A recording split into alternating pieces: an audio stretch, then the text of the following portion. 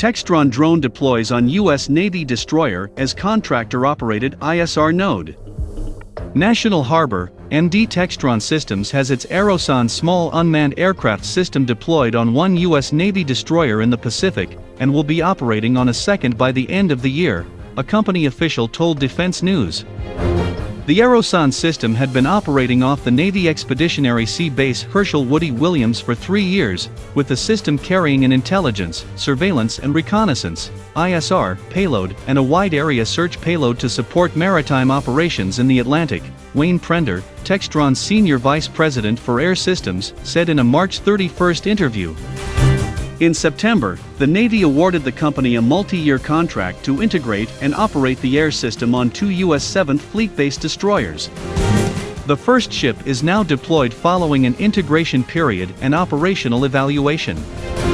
After a first flight in March, the aircraft and destroyer are now sailing in a full operational capacity in support of 7th Fleet and their real-world missions, Prender said.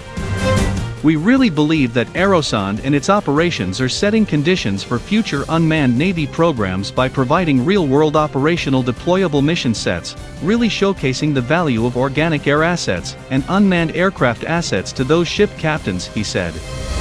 Noting that the 2 ships involved are a Flight I and a Flight II Arleigh Burke-class destroyer that do not have a hangar and therefore don't have a helicopter permanently on board.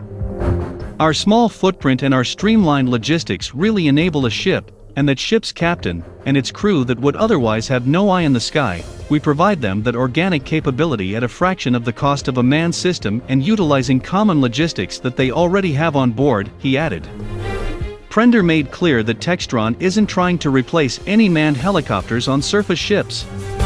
But, he said, for those that do not have a hangar, the Aeroson unmanned air vehicle can fold up and tuck away in small spaces in the destroyer, staying out of the way, and then getting set up and in the air in less than an hour when needed.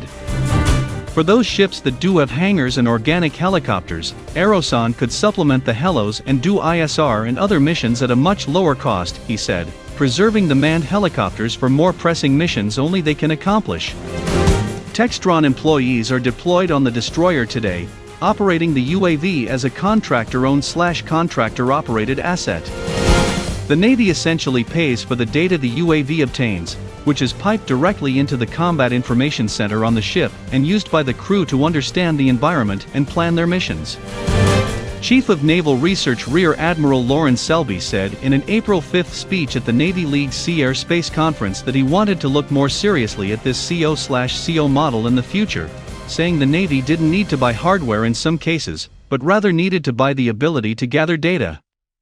Whereas the Navy often falls in the trap of buying something with a lengthy service life, meaning the technology eventually becomes obsolete and the service has to pay to keep modernizing the system, the CO/CO model being used with Textron allows the Navy to get the data it needs while allowing Textron to appropriately balance upgrades and technology insertion.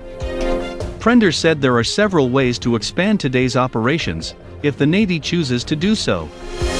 First, he said, he hoped that the successful deployment on Pacific destroyers would encourage the Navy to expand to more ships and more ship classes.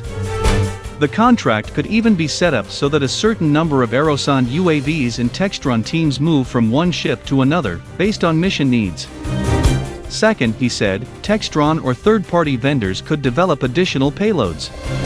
Textron today uses the ISR and wide area search payloads, as well as an automatic identification system tracker payload off Navy ships. The Aeroson also uses a LiDAR and a synthetic aperture radar payload in support of European Maritime Safety Agency missions. Others could be developed for areas including communications relay, allowing for an unmanned teaming opportunity. Textron also makes a common unmanned surface vehicle as part of the Navy's Mine Countermeasures mission package for the Littoral Combat Ship program. The CUSV is limited in range by its line-of-sight communications with the LCS, Prender said, but using an Aeroson UAV as a communications relay could untether the USV from the manned ship. As we start to expand the footprint of our unmanned aircraft systems in the Navy, and that starts to overlap with the unmanned surface vehicle footprint that the Navy is employing, you can start to stitch those two together, and, with a simple data link relay, which we've demonstrated, you can extend the reach of the common unmanned surface vehicle beyond its limited LCS line of sight range. Kind of pushing that CUSV over the horizon. And so that unmanned teaming gives the CUSV greater standoff range. It also provides an eye in the sky where you can do interrogation of potential targets and threats, and then allow the CUSV to take action on those assets, whether it be in a mine countermeasure mission, a surface warfare mission, or search and rescue mission. So we're definitely excited about seeing the potential growth of unmanned surface and unmanned aircraft systems throughout the Navy as the footprint starts to expand, he said.